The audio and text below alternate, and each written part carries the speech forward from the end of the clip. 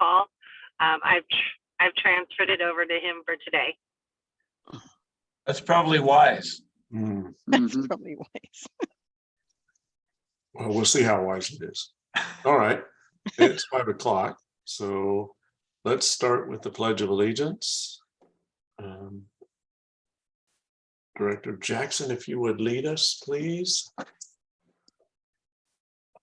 I pledge allegiance to the flag of the United States of America and to the republic for which it stands, one nation under God, indivisible, with liberty and justice for all.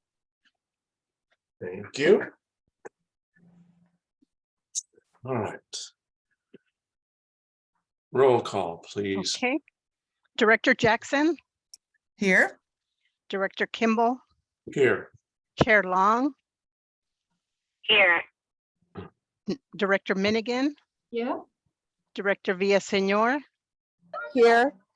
Okay, perfect. All right. Now it's time for public comments. Do we have, we don't even have any public. Anyway, No are public there today. any public that would like to make a comment? Nope, there's nothing in the chat either. Okay. All right. Item 1D, approval of the agenda.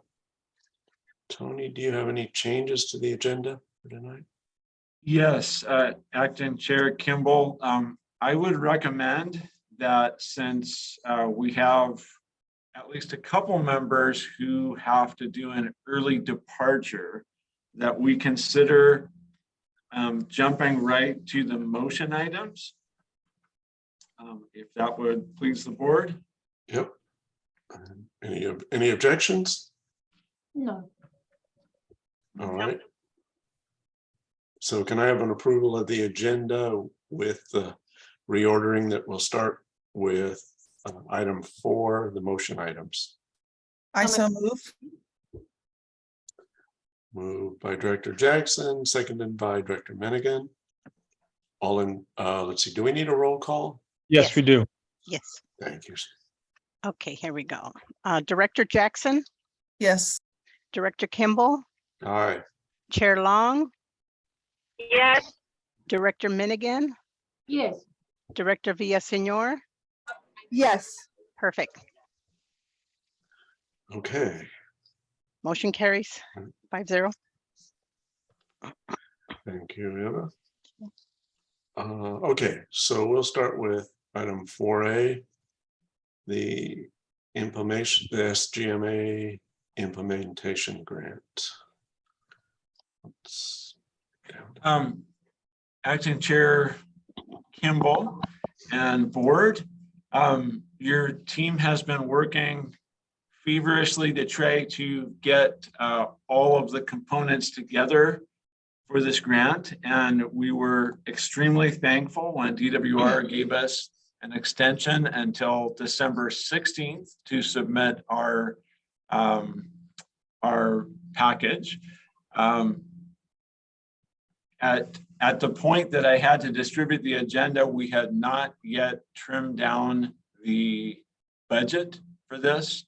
So if you note, I left the, I think Tony Morgan called it the go big or go home budget from our last month's meeting. That was they were all high estimates. Did I get you quoted correctly on that one? That's about right. Yeah. And so we are working to refine those, not only the scopes of work, but the budget. And, you know, for example, my coworkers at United were able to provide a refined budget on the modeling component of that. But it was not, we didn't have all that together in time that I could get that into the board package. I believe that we've included the projects in the list that we discussed. And there has been some further development and some coordination with DWR on how they would like this all to look. And so I guess let me say a couple more things before I'd like to turn it over to Tony Morgan, and we we can go through the slide that he has. But what I would request at this meeting, if the board can see fit, to go ahead and adopt the resolution, and the bottom half of the resolution with the thus be it resolved portions of it is verbatim from what DWR requires for this kind of grant. So the only things that were changed were the name of the agency and the date and the very uncreative project name that I chose to name it. And if you want to name it something else, you can, but I would like to have that because that's absolutely essential. And this is a regular meeting. And of course, any feedback that you have.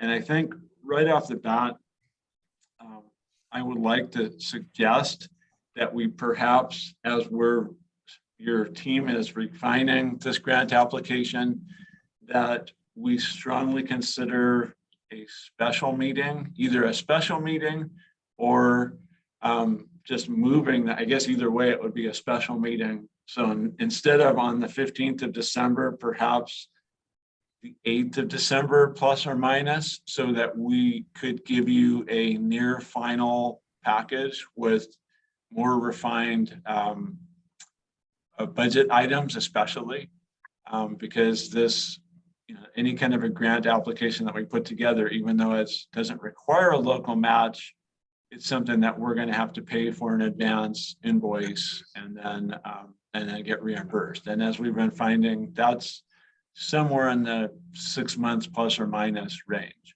So as the costs are refined, we hope to, by the 8th, have the expenditures on the cash flow table, and we can take a look to see if that looks reasonable to you.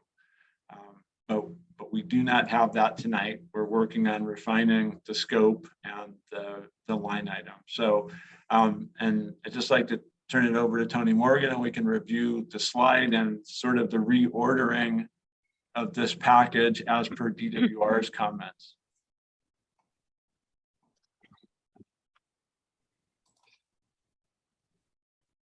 All right.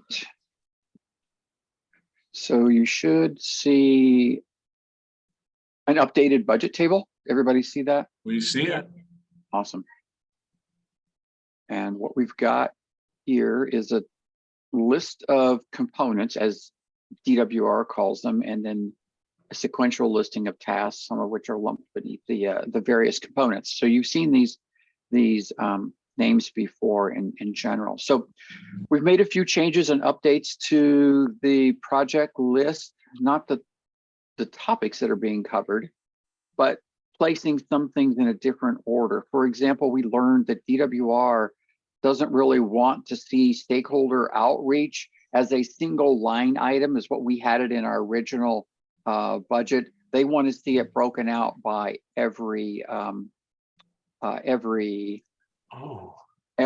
task, or excuse me, every component. So you can see here we've got stakeholder outreach for each component, which is the way DWR prefers to see it. So we've been going through and doing that and parsing out the money and moving it around to the various areas. The other change you'll notice is that component C in the past was called subsidence, and I was chatting with United staff, and they had a suggestion that maybe we call this component C groundwater model updates, and just include the subsidence model addition and the refinement of the groundwater model in that component, and then move the annual updates, subsidence updates, to the GSP revisions and updates component. And I think that makes sense. That works. So you'll see some of those things have been flipped around, everything. The budget has been winnowed a little bit. Certain things we felt like I probably had my thumb on the scale a little too heavy in some line items. So I've leaned some of those back. So we're down about 2.25 million per basin right now is where we are. And we still got some other scoping to do. The deadline, as the executive director mentioned, is now December 16th, which is very much appreciated. And I think that's the biggest change here. I do have some things I need to go over with the executive director. For example, down here under component E, the Prop 218-26 consultation and CEQA compliance, I think we probably need a little further discussion on whether that dollar amount there is adequate for a 4-year window. Remember, this goes through the end of April 2026. So if we think that's adequate, then that's fine. But if we think we might have additional CEQA or Proposition 26 or 218 consultation services needed, then we can adjust that number accordingly. But nonetheless, there's a placeholder in there, so it's recognized that that's a bona fide expense that DWR would consider reimbursing the agency for.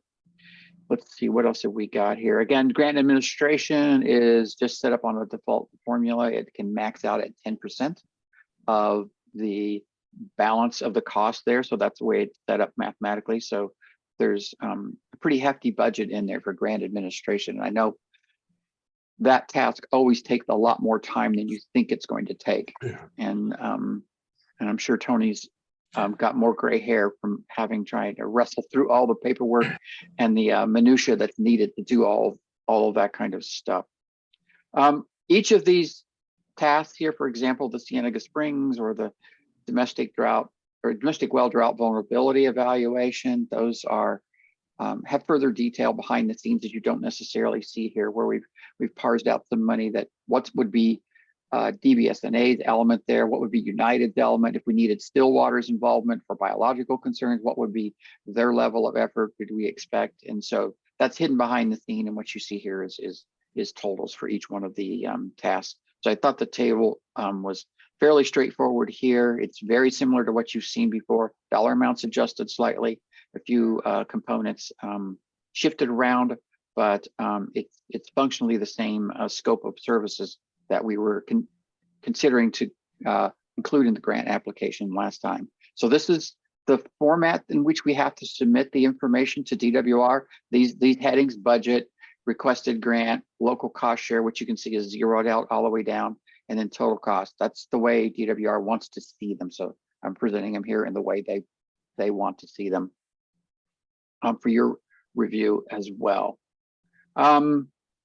Questions on this? We're churning away and having consultations every once in a while with DWR, and I will give them credit. They've been receptive to taking phone calls and trying to answer questions, so I'll give them kudos for that. And we can, I'm sure we'll have more phone calls with them about different items and how they like to see things structured and that kind of thing. We're relying on a lot of their guidance documents that they've put out. They put out more than what they have for previous grants, I feel like. And so they're trying to, I don't know if lead us by the nose is the right analogy, but point us in the direction they want us to go on organizing the document and getting the things that make it easy for them to review. And I think easy is always inappropriate, not too simplified, but some of these things you only have a few pages, and we've got maybe 3 tasks within an element, and you've got 4 pages to explain what you're going to do. That's all you got. So you can't go too detailed, but you got to go detailed enough that you convince them of what you're doing.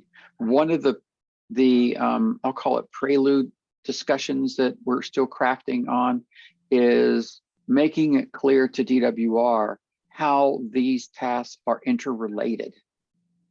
For example, the Cienega Springs project there also can have input from the rising groundwater, which also can benefit from the updated groundwater flow model when we're dealing with surface water groundwater interactions, for example. And so we want to make sure that DWR gets the complete picture, that we just didn't pick different things out of the air and add them to a list, is that we thought about them and tried to structure them so that they were supportive of each other and supportive of the agency's goals of trying to maintain sustainability in the basin.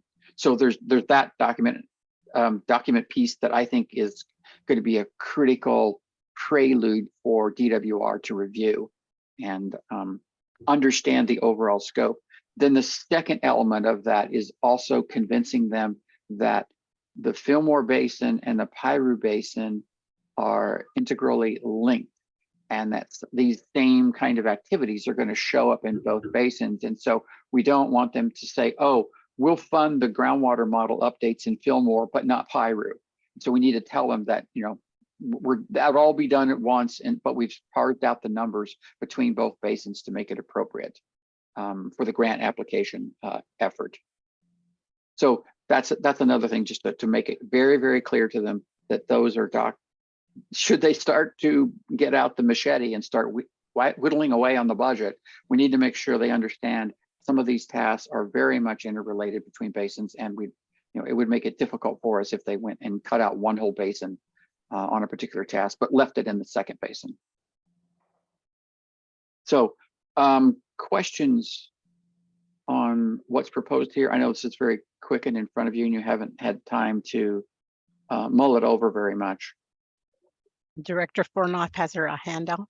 Yes, just remind me, Tony, so this grant money, do we have to match?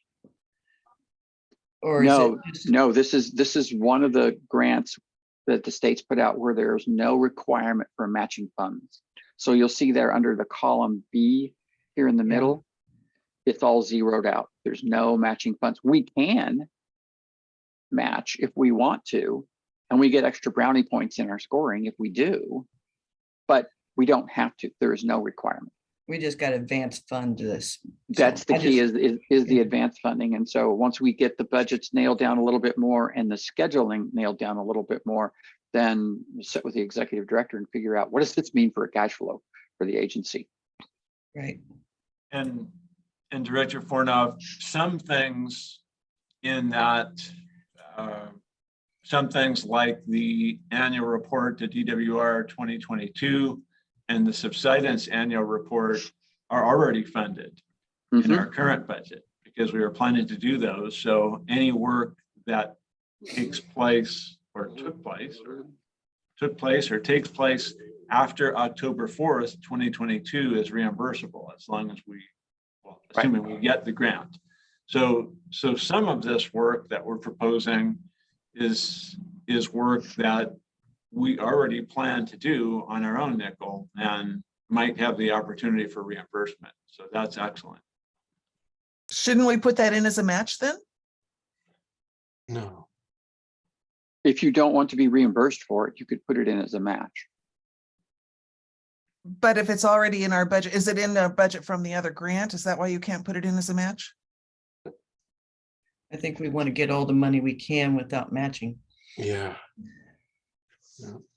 Tony, Morgan, do you have any sense of whether other GSAs are intending to provide match in order to move towards the front of the line? I have no visibility on that. I've dealt with 3 or 4 other agencies and they're all going for zero match, and with quite happy feet and smiles on their faces that they don't have to come up front with any cash. Some of them are using, for example, where the county sits on the GSA and is doing some work for the GSA and the county's not really getting reimbursed for it, they're just doing something, they are calling that match. And I think they should in doing that, but that's not necessarily our situation here. Not unless United wants to work for free, and then we can call that a match. There you go. I'll leave that between you and the general manager at United. Yeah. Right. I don't think so. Okay. Any other questions or comments? I just had a question, Tony. We had asked you to go review the feedback and the recommendations that Fox Canyon had gotten with regards to Southern Steelhead, because we had discussed potentially including some tasks there if it was called for. Right. And I'll have to confess that I did not get that done and accomplished before this meeting. I apologize. Okay, so can we definitely do that for December 8th? Yes. And if recommendations have been made, scope those out and cost them for consideration and discussion. Sure. All right, thank you.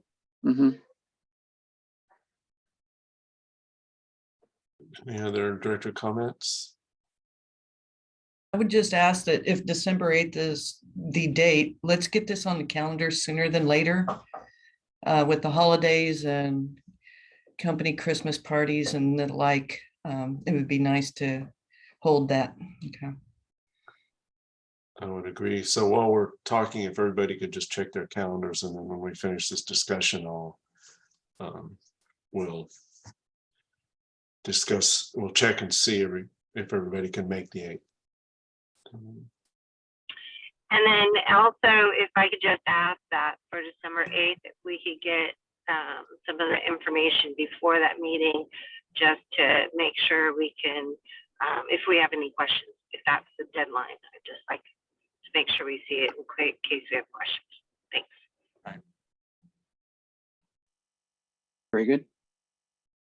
And Tony, I had one question on subsidence. Did you get the sense, because I don't, we talked on and off about actually doing some physical monitoring.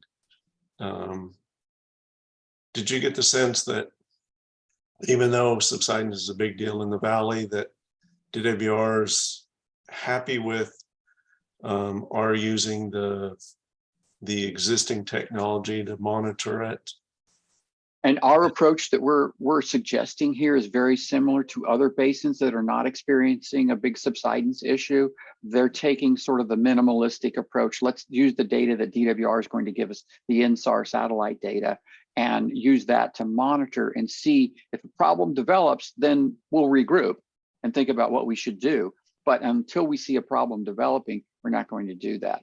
And part of the subsidence update report that you've already authorized is we will use that INSAR data and pick points out of the satellite data set that are near some critical facility like long bridges, things like that, and just get an idea, is there anything going on in that particular location near a bridge, for example, which would be one of the critical facilities where you would see subsidence. If it was happening, you'd see it there. Okay, so, and you got obviously you have a sense that DWR thinks that's a reasonable approach. Yes. Good. Yes. Well, Yes. Let's good. Then they're not throwing a blanket over everybody. No, it's keep it. We're in the keep it simple kind of mode. Let's not make it more complicated than we have to at this point in time. Should a problem develop, well then now it's a different animal, and we'll deal with that at the appropriate time. But right now we don't need to deal with it. Okay, great. Okay.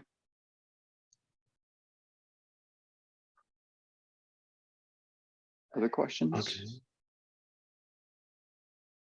If there aren't any other questions, do we have a motion to approve the, let me get back to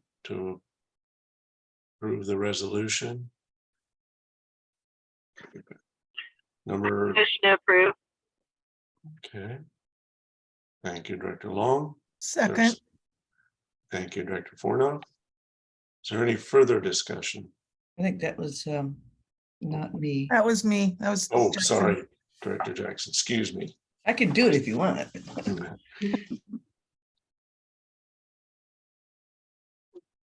Any further discussion then? Okay. Okay. Emma, can you do a roll call, please? Sure. Director Fornoff, Aye.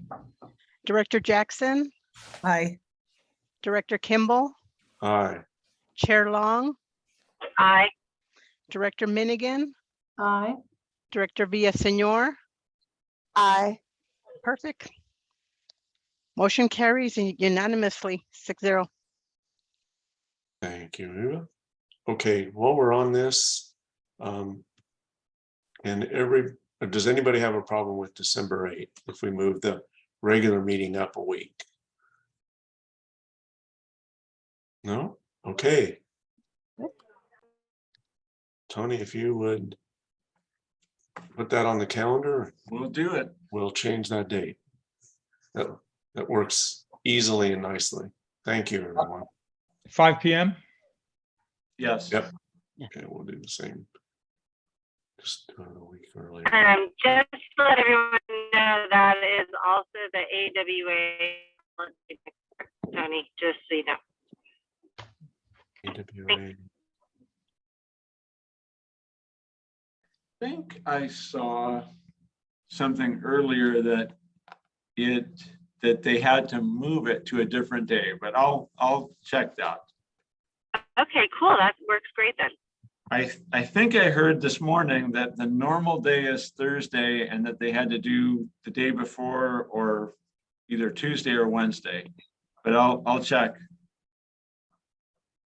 And so this would remove the December 15th meeting? Yes. Good. And the team will be frantically trying to upload to DWR's website. Could appreciate the time. Yes, we would. Thank you. Okay, moving on to motion, item 4B, the preparation of annual reports, update of the online database. Acting Chair Kimball, this is a task order to the master agreement with Daniel B. Stevens for the preparation of the annual report for the period that just ended. So that's October 1st, 2021 to September 30th, 2022. And so much like they did last year, that will be getting all the new pumping data, well levels data, water quality data, wells that have been completed or any other thing, and it will be preparing the annual report and uploading that to DWR, as well as adding all the information to the agency's online database.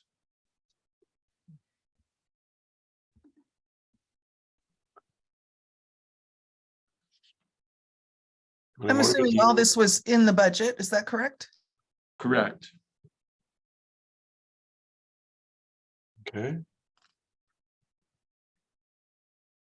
Tony Morgan, do you have anything to add?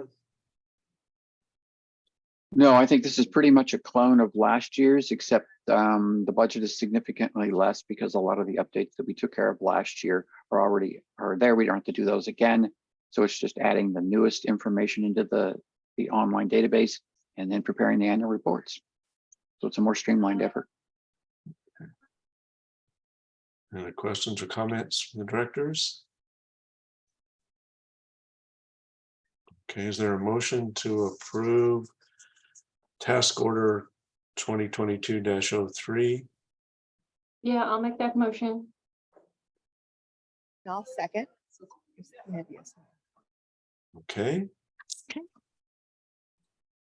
All right, Eva, if you'll give us a roll call. Sure. Director Fornoff, Aye. Director Jackson, Aye. Director Kimball, Aye. Chair Long, Aye. Director Minigan, Aye. Director Villaseñor. Aye. Perfect. Motion carries unanimously 6-0. All right, thank you, Eva. Mhm. Okay. Item 4C, monitoring wells project change orders ratification. Acting Chair Kimball, your board actually wisely authorized me to approve changes during the drilling.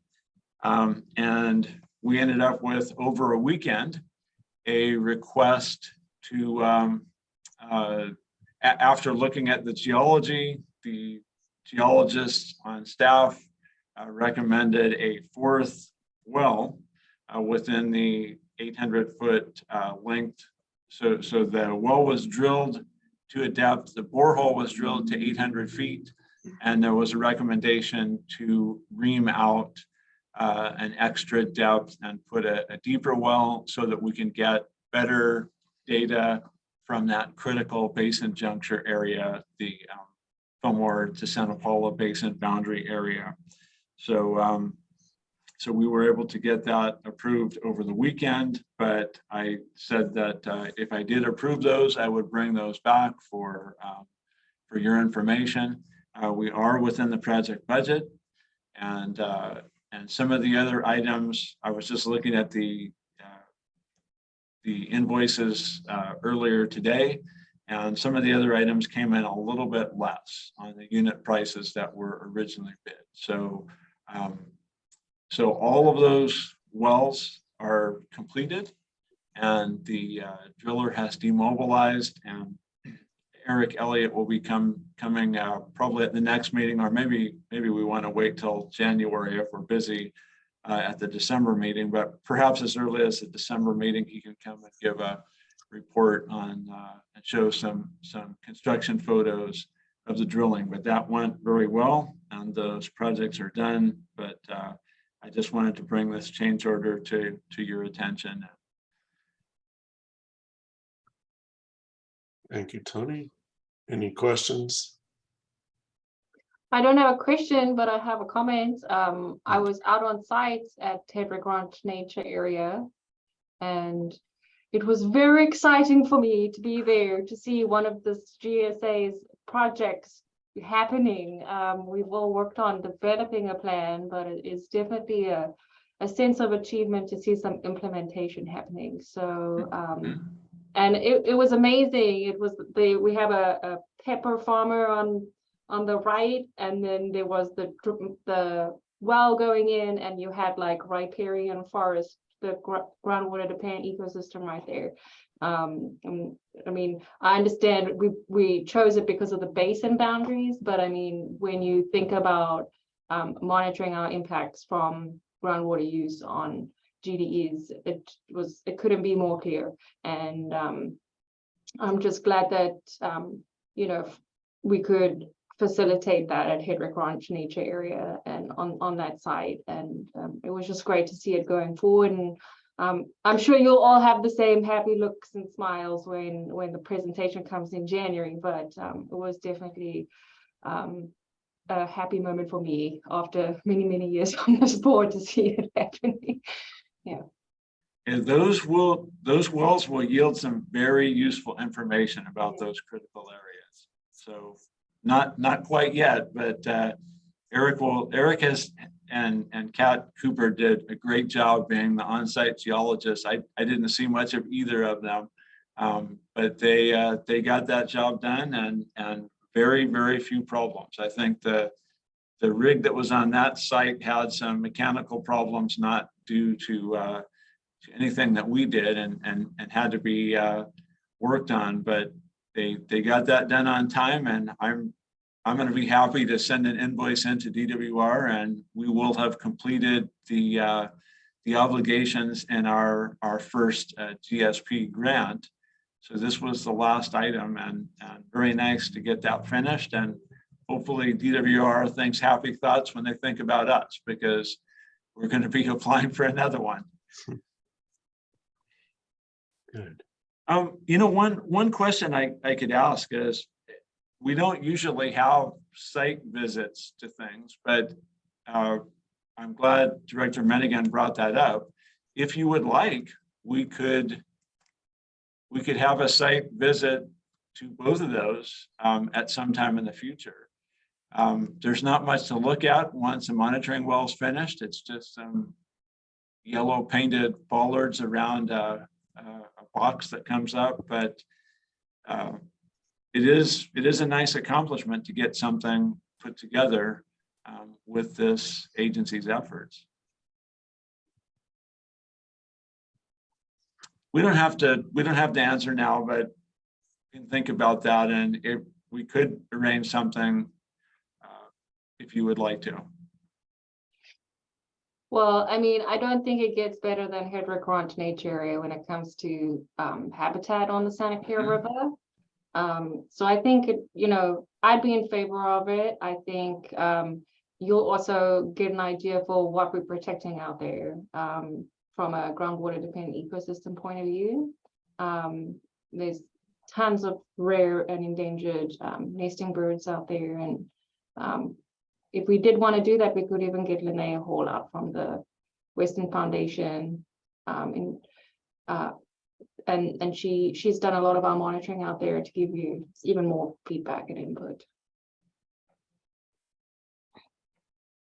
So did I see, Ann, did you have your hand up earlier, I don't see anybody's hand up. or was that just a?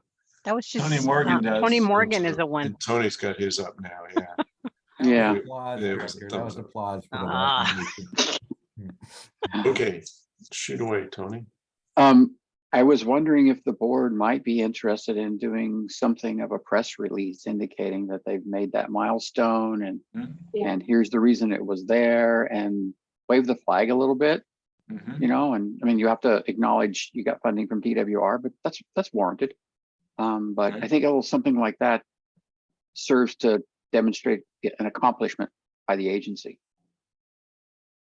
For sure. I mean, we were actually out at Hedrick Ranch Nature Area for a article where Friends of the Santa Clara was profiled in Ventana as their November cover story. And they took some photos, but they didn't include it in the article. And I was actually thinking this could be its own article. I think it was, you know, we did an overview on Friends, and the GSA element was a little maybe too complex to go within the word structure and limitations of the article. But I think that's a wonderful idea. Just to see how all the stakeholders are working together and what the GSA is achieving and what our future goals are with the GSP application that we submitting, what some of the future goals are too. I think it might be kind of fun to just do, you know, a tour of just the entire system, starting from you know, the dam all the way down through, you know, and highlight some of the areas that we're focusing on the GSP. Well, this could be educational for someone like me. Maybe we can even get a star reporter to come with us, Think we can make that happen. maybe. If I could know, we've done that with certain directors in the past that have been interested, and United's happy to help with that again, if there's an interest. Okay, thank you, Dan. Okay, do we have a motion to ratify change order 1 to the agreement with BC2 Environmental for the monitoring wells project? So In move. addition, go I'm ahead. sorry. Okay, okay. Moved by Director Fornoff, seconded by Director Manigan. All right, Eva. Okay. Director Fornoff, Aye. Director Jackson, Aye. Director Kimball, Aye. Chair Long, Director Minigan, Aye. Director Villaseñor. Aye.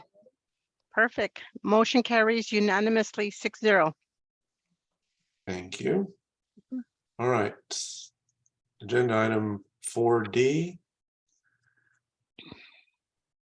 Meeting calendar for 2023.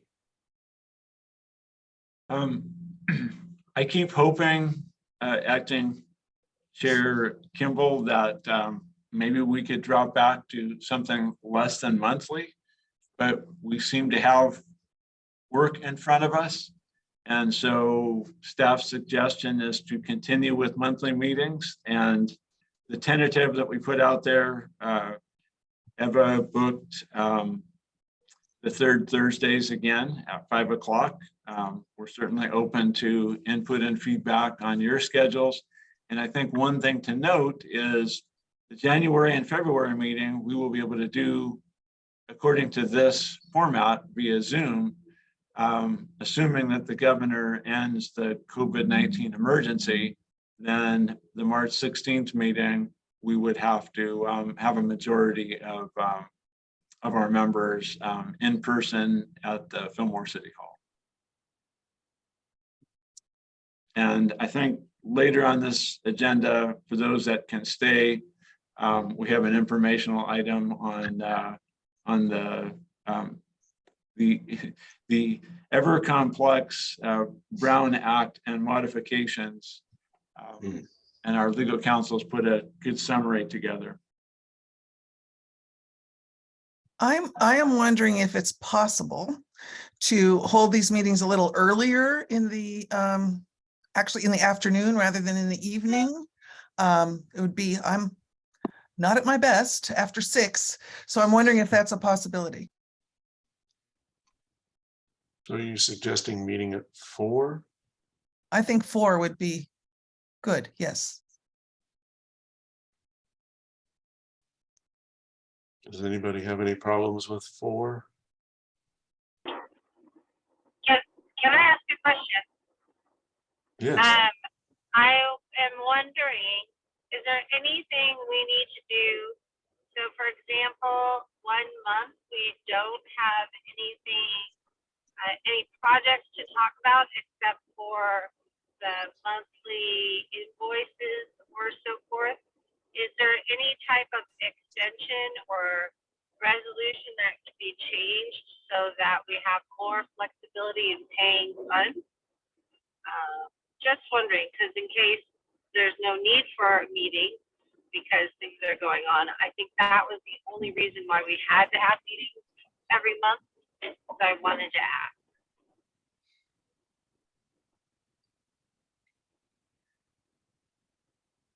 Who could answer that question for me? Yeah. Do you want me to- I was waiting for Tony.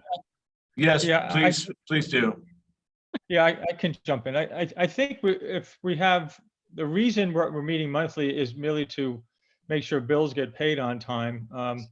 I'd have to review the bylaws, but we could do something to that effect and have Tony come back and ratify those expenditures, much as we did with this change order tonight. You know, come in after the fact and ratify those expenditures. Tony, I'm not even sure, we're ratifying kind of post hoc right now, aren't we? I mean, after payment, we're approving, right? So if we set a regular monthly meeting and there was no need for that meeting, we could always cancel that month's meeting, convene at the subsequent month, and ratify whatever expenditures had to be made. Okay, well, I would suggest that what we do to make that we I can't hear. I can't hear you anymore, Yeah, you're. Chair Long. Sorry. Does any director agree on bringing back that ratification so that we can modify it? So if a meeting can be canceled because there's no other discussion except for the invoices, then we can still cancel that meeting? Yeah. Yeah, I support that. Any objection to bringing that to future meeting? No objection. Okay. Okay, thank you. I just think it's good to give that flexibility to us. And I'm also happy with the 4 p.m. Okay. For Tony and Steve, does that work for you too? 4? Sure, that'll work for me. It can work for me, yes. Yes, it'll work. Okay. All right.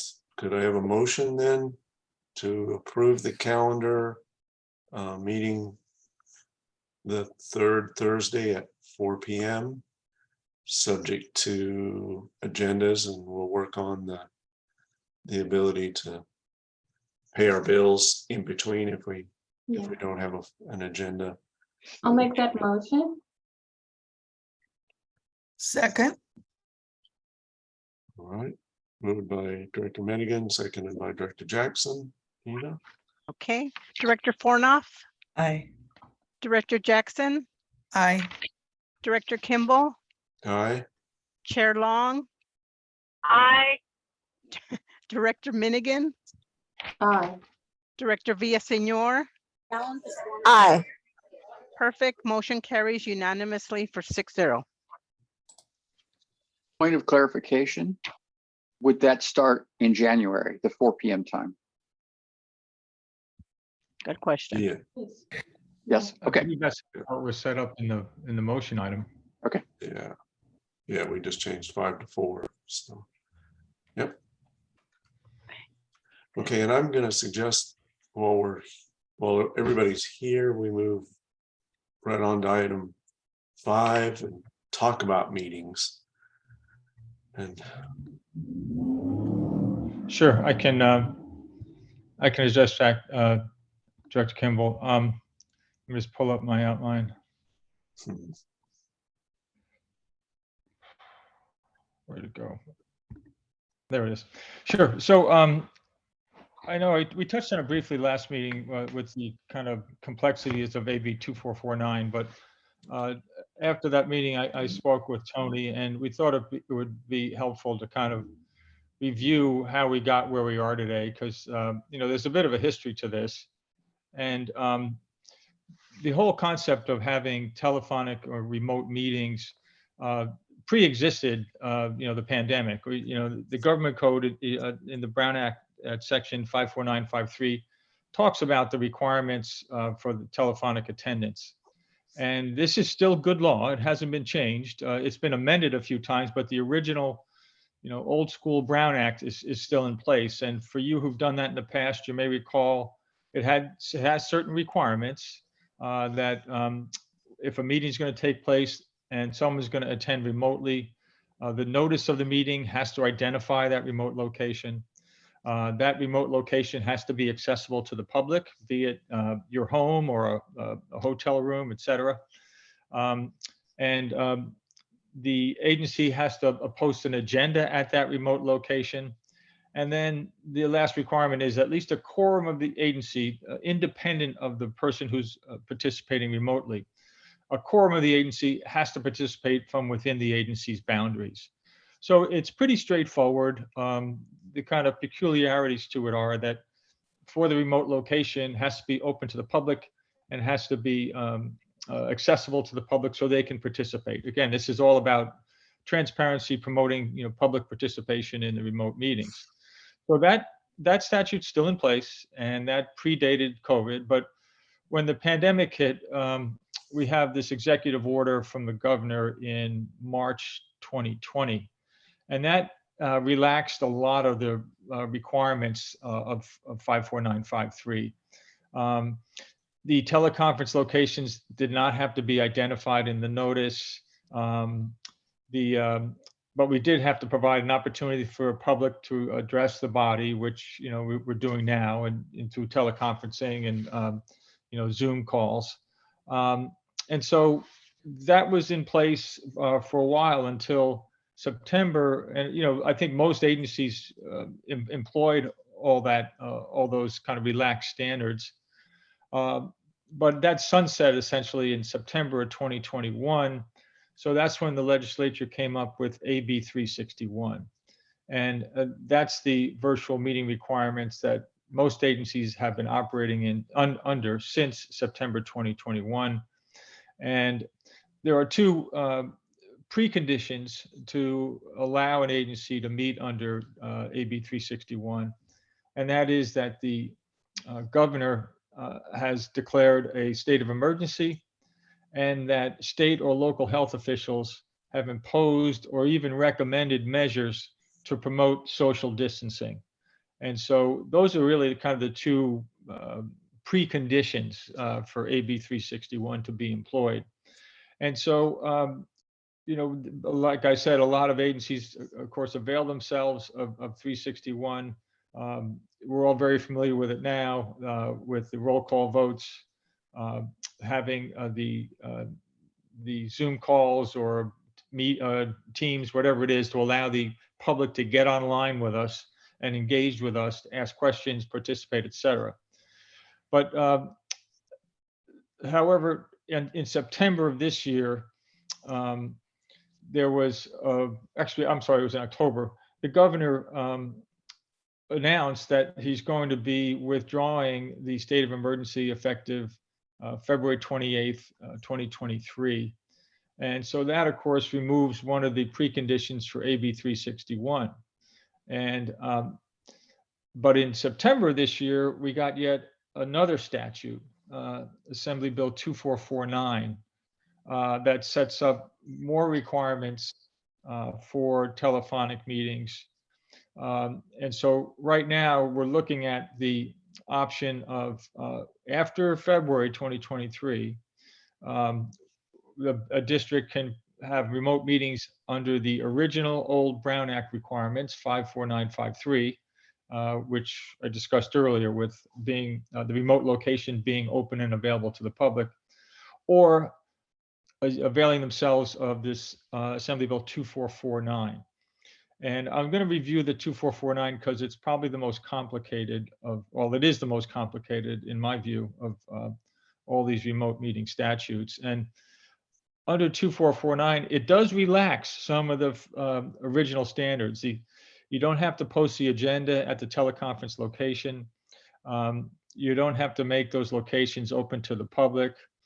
And so it did relax some of those previous requirements, but it does change things, in my view, significantly. You may recall from when I earlier in this presentation that under 54953, outside of the remote participant, the quorum of the agency had to be meeting within the confines of the, within the boundaries of the agency. Now, under 2449, that quorum has to be in a singular physical location. So it tightened up that requirement somewhat. Frankly, in my experience doing this for quite a while, that was never really an issue. Most agencies were meeting in a physical location, in my experience, when someone attended remotely. But I think the next set of requirements, I think, are a little more daunting and a little more cumbersome, in my view. If someone is now under AB 2449, if someone is going to participate remotely, they have to notify the agency at the earliest opportunity, and they need to justify their reason for participating remotely. And there are two avenues that they can take. One is called a just cause. They have to make a description of just cause, which will allow them to participate, or in case of an emergency. And so presumably emergency is not going to be employed that regularly. So presumably most people will invoke just cause to participate remotely. Well, just cause has a specific definition within the statutes. It can either be a child care issue or a caregiving need to a parent, a sibling, a spouse, or a partner that requires the member to participate remotely. A contagious illness prevents the member from attending in person, or that there's a defined physical or mental disability that cannot be accommodated for. Or number four, the fourth just cause definition would be when that director is traveling on official business for the agency. There are definitions of all these specific just cause descriptions, including mental disability, physical disability, that I won't get into, but it gets very specific. And then it also allows for emergency circumstances to be declared to allow the person to participate remotely. And that's usually it's generally defined as a medical emergency or some other something different than just cause. But the definitions really talk about a physical or family medical emergency that prevents the member from attending in person. So you'll see it. You don't need to do this under the existing 54953. There's no reason why you have to attend, or excuse me, you have to participate remotely. You can just, as long as you follow the Brown Act rules, you can do that. Here you see with the new law, you have to really kind of you have to kind of justify in advance as to how or why you're choosing to do that. There's also a limited number of meetings that one can attend using AB 2449. You can't do it for more than 3 consecutive months, and you can't do it for more than 20% of the regular meetings within a calendar year. So it's kind of limiting that way. We also have to provide a two-way audio-visual platform or a two-way telephonic platform to allow the public to hear and participate with the remote attendee, but we have that already essentially. And it really, in my view, imposes conditions that are a little more cumbersome than what existed previously. What I'm hearing back from most of my agencies are that they don't really intend to follow 2449. It has a life until January 2025. Excuse me, December 2025. And after January 1, 2026, only traditional Brown Act rules will apply. So it's this interim statute that's cumbersome, but it does allow for remote participation with some relaxed rules. So right now, I think the state of play for most agencies, I know the agencies that I represent, it's they're wrestling with the decision of whether to comply with the traditional Brown Act requirements or the modified AB 2449 requirements. I have an outline that I can share. I've shared with Tony. We'll make sure to get it out to all of you unless that's happened already. Of course, more than willing to entertain any questions now or in the future once you get a chance to review this material. Chair Long has her hand up. Yeah. Hi, Steve, can you said that if you're out for business, traveling for business, could you clarify? I didn't think that it said business for the agency, it just was out for business. And since this is a smaller agency where no one's really working for, well, maybe they are, but I just want clarification on that. Yeah, let me scroll down. It's the just cause is traveling while on official business of the legislative body or another state or local agency. So if you're traveling for the county, you could avail yourself of this. That would be a just cause excuse, essentially. So that would qualify. That's what I thought. Yeah. Okay. Yeah. Thank you. And we do have, I think we do have your outline in the agenda. Oh, good. Full Okay. agenda package, so everybody should have seen it. I haven't scrolled down that far. Okay. Yeah, it's right at the end. Yeah. I have a kind of related question, and that is when we do go back to in-person meetings in Fillmore, do we have the ability to have the public come in? Is the technology there to make it a truly hybrid meeting? I don't know about Fillmore, if we have that technology at the city hall, but you generally, yes, you can, Director, that if the technology exists, this is all really talking about the members of the legislative body. And if the agency so choose, we could, you could stream your meetings and have, Zoom participation by members of the public. I think that's one of the big advantages of Zoom, that people are more likely to attend. And I'm wondering if we could actually get, there's good technology and there's not so good technology for hybrid meetings. And I'm wondering if we could use some of that money in the grant that's allocated for outreach to actually get good technology to make that work. Director Jackson, prior to your time on the board, we started working on this. We weren't quite sure how long we would have until we had to come back to a meeting at the Fillmore City Hall.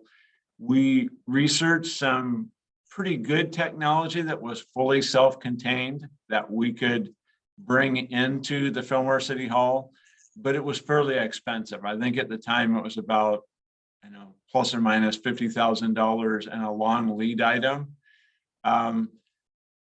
I've been working with, I'm fortunate to have actually 2 IT people that work with me at the district just down the hall. since security and IT is very important these days. And we have been in contact with the city of Fillmore to see if we could assist, perhaps along with the Fillmore Unified School District, who also uses that meeting room, to improve the equipment in the Fillmore City Hall council chambers. And Director Villasenor has been very helpful with that, and contacted the city manager several months ago. At the time, the city did not have an IT person we could meet with, but we now have a meeting with the city manager, I believe the first week of December, to discuss this. And I hadn't thought of the creative idea of using something in the grant, but I like that thinking. But we will report back to you on that. And I think that could be a win for everybody, because during this time, people who go to a school board meeting or go to a council meeting or go to a GSA meeting have gotten used to remote participation. And I think that if we just go back to only in person and maybe a board member on a phone, I think we did some in the early days where we put somebody's iPhone out there on the dais. And I don't think people are going to like that kind of thing anymore. So we will, I believe it's December 5th, they have a meeting with City Manager Rollins. And my hope is to get together with their IT people, and I can drag United's IT manager over, and we can have a look at those systems and perhaps make a project description and a budget. Fillmore is rightly very concerned about somebody else driving their system, because bad things often happen when somebody puts a flash drive of unknown origin into your system. And so we'll have to work out all of that. But I'm hopeful that we can work out something that facilitates the continued hybrid meeting. And then, for example, I believe Director Villasenor is out on city business in the East Coast at this very time. And so in the future, she could participate and we could hear and see her in the council chambers. And that would be very valuable, I think. So I'll keep up with that one and then report back to your board on what we hear. Yeah, Tony, as a side note, I'd offer that one of my clients was, having this discussion, and they noted that they've gotten much more public participation with remote meetings than their in-person meetings. Yeah. Yeah, I'll just chime in really quick. Absolutely, I'm very much in favor of this, and hoping this meeting is really fruitful. And yeah, we have about, just speaking for city council, I think about 400 or so, sometimes a little bit more, that watch our city council meetings on YouTube or our live stream. And like you said, it adds access to the public. So yeah, I'm hopeful for this moving forward. Director Long has her hand up. Is it?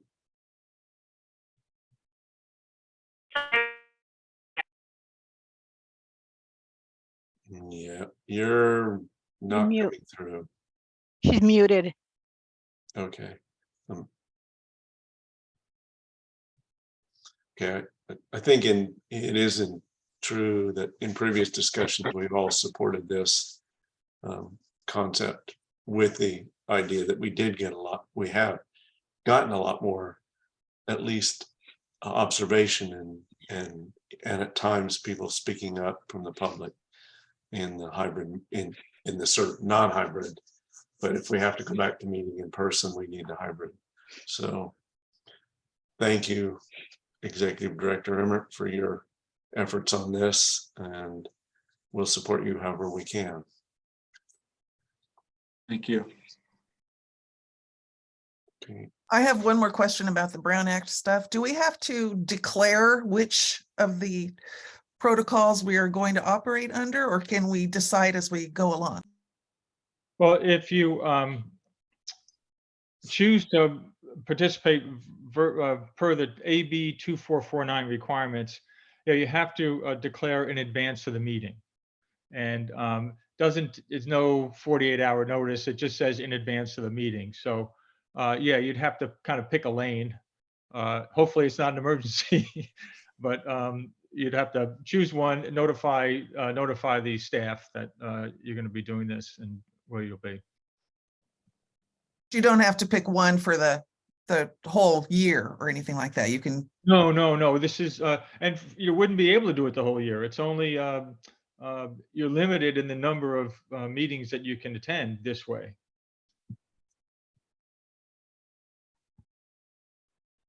Okay, any other questions? I wonder if it could qualify for public outreach for grant.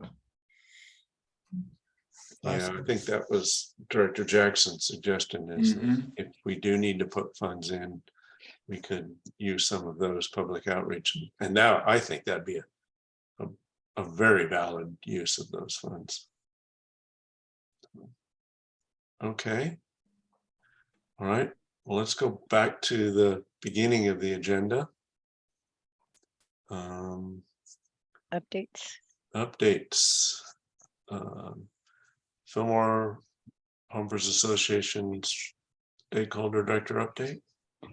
We met last week. We approved a budget. We approved our meeting calendar for the next year.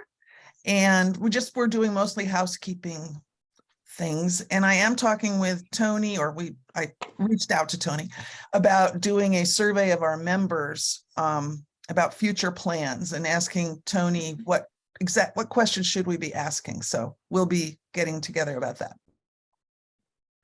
Thank you, Director Jackson. Okay, Director Fornoff.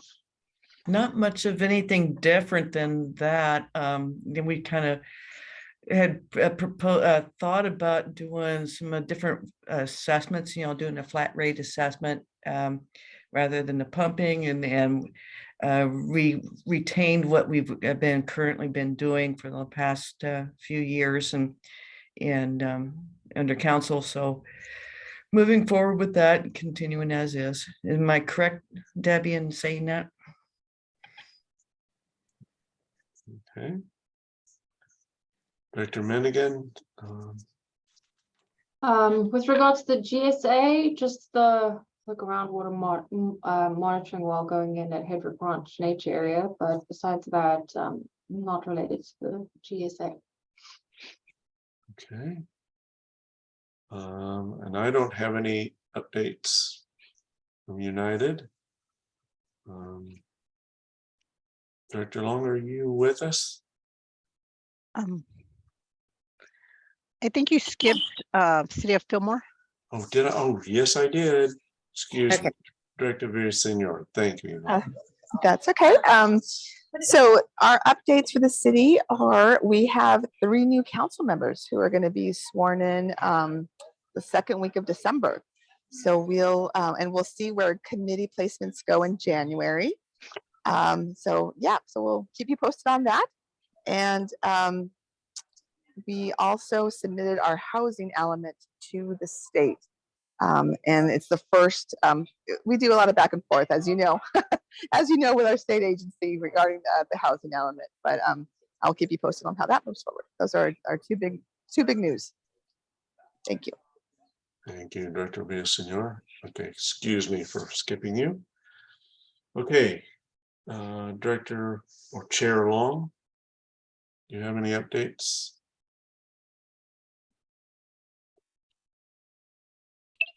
No updates right now. Thank you. Thank you. Okay, Executive Director Emmert, do you have any updates at this point? I do. Let's see. Couple things. I already reported the monitoring wells project is completed, and we will do our best to bring a presentation next month on the 8th. Groundwater charges payments were due October 15th, so those are revenues coming in. groundwater sustainability planning grant, the one that we're finishing. We submitted the invoice number 14 and progress report number 14 on November 8th. And the quarter that we've just entered is the last quarter for that grant. And so we'll be trying to wrap up all the labor and the drilling charges and get those in an invoice in January for DWR to consider, and hopefully we end up in good standing with DWR. And I think that's it. I had one more item, but I think we covered it earlier, so thank you. Okay. Tony, Legal for the counsel. last quarter of this grant, when would we hear about the next grant cycle that we're submitting to in December? My impression, Director Manigan, is that DWR worked really hard to get this round 2 SGM grant out. And I believe there are several hundred basins that are eligible to submit on this one. Tony Morgan was at 300 and something, I believe. You're using the same math I do when I go big on the budget with that number. So, but it's easily over 100. It was GSAs out there that maybe. So I'm guessing there's going to be 80, 90 to 100, depending on how many of these basins combine or submit separately. So virtually every basin is eligible for money. And I think all the ones around here that are medium or high, I've heard rumor that they're all submitting. So that being the case, my uneducated guess on this would be that we would hear maybe summertime. They're going to have a lot of stuff to review. And this is a competitive one, so it won't be as quick a turnaround as the round 1. And that was what a first week of January submittal, and I believe they awarded in August or something. So yeah, probably we should plan on not hearing from them one way or another until mid 2023. And then of course, sometimes even when you receive the recommended funding amounts from DWR, then it takes a little bit longer to put the grant agreement together. So it very easily could be fall 2023 before we have a grant agreement. That's fair. Something on the order of September. Yeah, so we're not having any cash flow issues because we always budget for this upfront anyhow. So, but it's just that those 8-9 months might not be reimbursable. Director Manigan, they would be if they're activities that we've already budgeted for example, the annual report and the subsidence reports. If we have spent money on them and DWR approves it in the grant, then I see no reason that we couldn't invoice for that in our first invoice. All right, so the it's first retroactive? Yes, Before- yes. Okay. So All that's something I'm having to have the conversation with some of my coworkers because they often volunteer to do the work and sometimes don't code it to the GSA because they work for many different basins and it's sometimes hard to keep it straight. So we're having the conversation to say even this, putting the grant together and all the things that might be in the grant, trying to track them, track TBSNA's expenditures as well as staff expenditures. So if we get the grant, we'll have a healthy first invoice that's backed up by good information. Okay, thank you. One thing we have heard from DWR is that they've pretty much said that every basin that does at least a reasonably good job of documenting will get money for their annual updates and potentially for their responses to DWR's comments on their GSP. Ooh, So that's good. And then beyond that, it's dog eat dog with the other GSAs and their applications to see who gets what piece of the pie.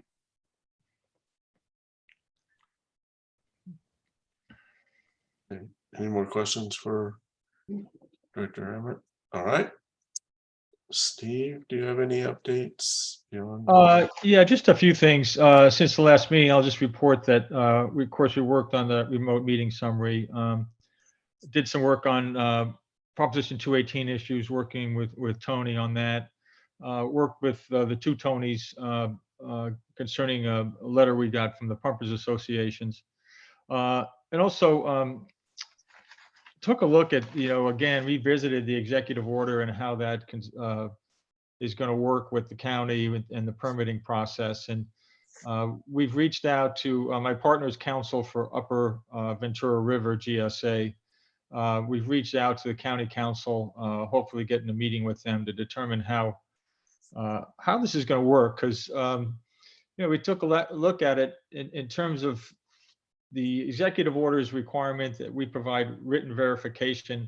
How does that sync up with presumably the CEQA requirements that the county is going to go through in issuing, if the county does CEQA to issue a well permit? Of course, that brings into play that whole discussion of the Stanislaus case, whether it's discretionary or a ministerial act. As I looked at the county well permit ordinance, there does seem to be some discretionary language in that ordinance, which could trigger them to employ CEQA. But assuming they do trigger CEQA, how does that sync up with our verification? So we plan to have a meeting to do that, because I think Tony Morgan correctly identified it's a bit of a chicken and an egg situation. Is the county are they going to come to us and ask for our written verification? And this is all assuming they're doing CEQA. If they come to us and ask for a written verification, is that prior to them doing their document, or are we responding as a responsible agency under CEQA? So there's some questions here that I think were not anticipated when this executive order was put into place. It's interplay with these other pre-existing statutes has us scratching our heads a little bit. So hopefully, when we get our meeting with county council, we'll, because I'm sure they don't know either, but we can sit down and talk about it and see what a reasonable approach to this will be. And so that concludes my report. Okay. Anybody have any questions for Steve? My only question would be, Steve, clearly we're not every single GSA and every single permitting agency in the state has the same conundrum, I presume. Is there any guidance or any effort in Sacramento to help us out here? I think that's the beauty of being governor. It's this executive order it is what it is. There is no regulatory process. There's been no regulations generated to assist in this. And so, it's still in place. I mean, he could withdraw it at some point in this new obligation that we have. But as far as I know, Director, no, there is no kind of official guidance. And I think this conversation is, now that the kind of rubber's starting to meet the road here a bit, I think this conversation is taking place with a lot of permitting agencies and their GSA council. It's even more complicated because in some parts of the state, the permitting issuing agency is the same agency as the GSA. Yeah, we two different agencies, but like in some places it's the same agency. So it's even more complicated. Yeah. So I wonder if patients here, or like, I don't know, I hate to see us spending a lot of our stakeholders' money struggling around trying to solve a statewide problem, and then the state steps in and says, well, we recognize this problem, here's what we're going to do, and we've wasted all our time and money. Yeah, I don't want to say go slow, but I think patience might be a wise, it seems to me like a wise thing here until somebody drops a hammer on us and says you have to deal with this. We could spend a lot of time and effort and money, and we already have, and gotten nowhere. Right. So Isn't the permitting agency ultimately responsible? So shouldn't we just sit back and wait until they're ready to talk to us about it? Well, yes, they are in our situation, the County Ventura is the agency that issues the well permits. And this executive order, however, requires them to talk to us and for us to provide them a written verification that it's not going to interfere with the GSP, or essentially that's the standard. And so we just don't know how they're going to handle that. Because if they do assume, or they do operate under the assumption that they have to comply with CEQA, how does that verification process sync up with our obligation as a responsible agency to review the environmental document? We just don't know what's going to come first. You know, one would think that they would want to have the verification in their environmental document if they're going to make a conclusion. But I don't know the answer to that, Director, as I sit here tonight, and we hope to nail that down. I think I'm concurring with Gordon that maybe we should let them drive the process and not push for an answer. Okay. But we are I would also agree on that, since we know that the county is engaged. We've been talking with them about it, haven't we? Yes, we've reached out to County Counsel's office about this, as we have with other related issues with the GSA in the past. So I'm not sure if is there a direction from the board at this time to choose a particular path or not engage with the county? I guess I need some clarity on that. I don't know. Can we do this under your update? Yeah, you're probably right. If we're going to give formal action, I guess we should need to give a motion and have a staff report. So, Yeah, so we have already reached out to County Council. Okay,